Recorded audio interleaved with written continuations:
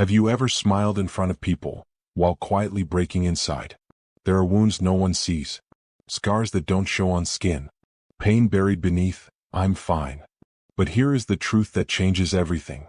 Jesus does not only heal bodies, he heals hearts. Psalm 147 verse 3 says, "He heals the brokenhearted and binds up their wounds." Notice that. He doesn't ignore the wound. He binds it. He tends to it. He stays with it. Jesus is not intimidated by your pain. He is not overwhelmed by your trauma. He is not disappointed in your weakness. In the Gospels, we see him touch lepers, restore sight to the blind, and raise the dead. But some of his most powerful miracles were invisible.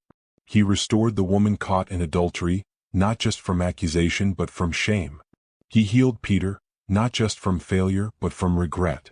He delivered the man filled with demons, not just from torment but from isolation. Jesus heals deeper than symptoms. He heals identity. He heals memory.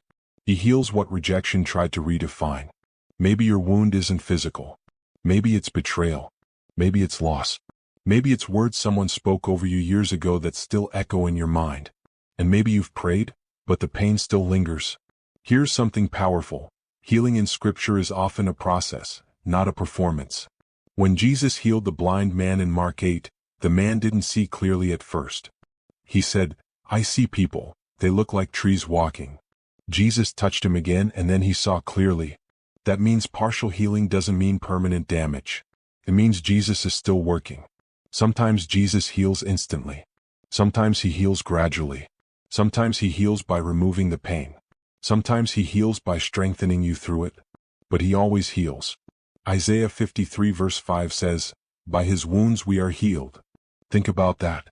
The one who was wounded becomes the healer. The one pierced becomes the restorer. The one rejected becomes the one who restores the rejected. Your healing cost him something. The cross was not only about forgiveness of sin, it was about restoration of the whole person. Spirit, soul, heart. And here is what makes this personal.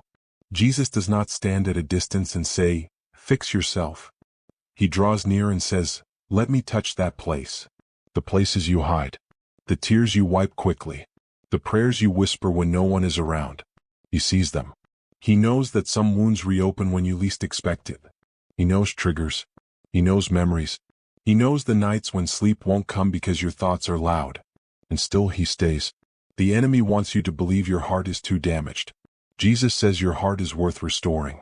The enemy says, "You'll always be like this." Jesus says, "Behold, I make all things new." Revelation 21 verse 5. Healing begins where honesty meets his presence. You don't have to impress him. You don't have to perform faith. You just have to come. Like the woman who touched the hem of his garment. Like blind Bartimaeus who cried out loudly. Like the paralytic who allowed himself to be lowered through a roof. Desperate faith moves the heart of Jesus. Right now, wherever you are, imagine placing that wound, that memory, that fear, that heartbreak, into his hands. Not because you're strong, but because he is gentle. Matthew 12 verse 20 says, "A bruised reed he will not break. If you are bruised, he will not crush you. If you are weak, he will not discard you." He is the healer of hearts, and he is still healing today. Let's pray. Jesus, you see the places in me that still hurt. The disappointments, the silent battles, the wounds I don't talk about. I bring them to you now. Touch what is broken. Restore what was lost.